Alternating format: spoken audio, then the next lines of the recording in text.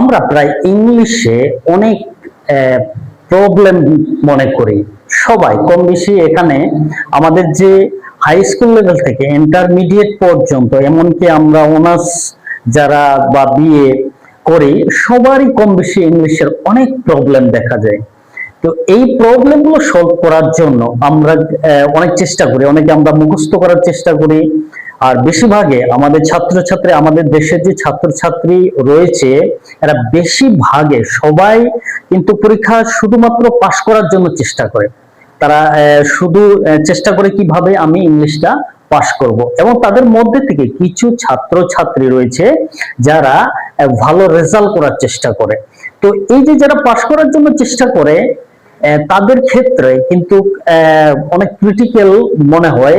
কেন ক্রিটিক্যাল মনে হয়? তাদের যে মুখস্থ করা, এই যে মুখস্থ করে কোনো উত্তর করা, এখানে দেখা যায় বেশিরভাগই ভুল হয়ে যায়। আপনি কতগুলো জিনিস মুখস্থ করবেন? আপনি কতগুলো শব্দ মুখস্থ করে রাখতে পারবেন? ইট ইজ কোয়াইট ডিফিকাল্ট, এটা অনেকটাই কষ্টজনক।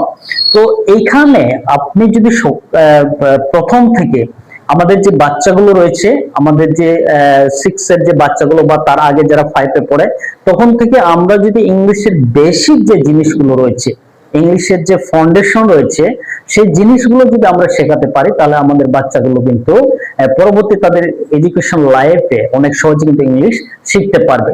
যেমন মনে করেন, আপনি আপনার বাচ্চা যখন আপনি পড়াবেন প্রথম থেকে ইংলিশ, আপনি মনে রাখেন যে ইংলিশ হলো একটা ইম্পর্টেন্ট সাবজেক্ট। তো আপনি যদি ওই বাচ্চাকে লেটারকে যদি আপনি ভালো করে না শেখাতে পারেন প্রথম অবস্থায়, তাহলে কিন্তু আপনি পরবর্তীতে দেখবেন আপনার বাচ্চার কিন্তু অনেক কিছু ল্যাক, মানে অনেক কিছু কম রয়েছে।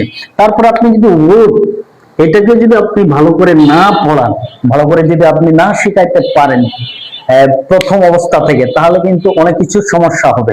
তারপর আপনি মনে করেন সেন্টেন্সটাকে যদি আপনি ভালো করে না শেখান, তাহলে অনেক বড় প্রবলেম।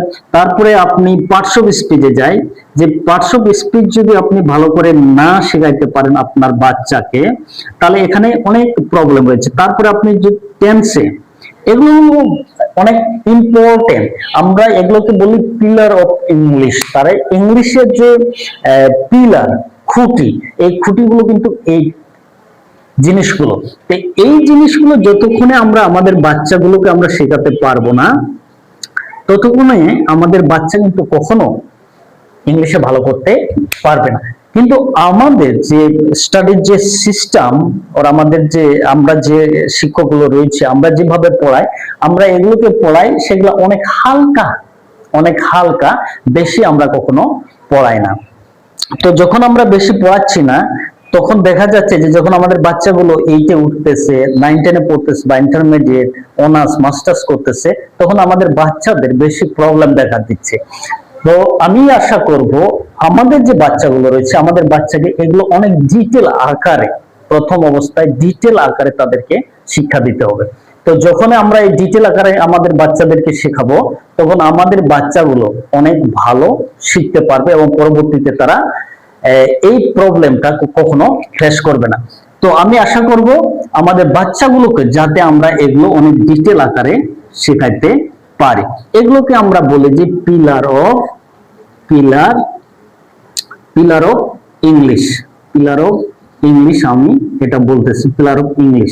তো এই পিলার অফ ইংলিশ যদি আমরা না শেখাতে পারি,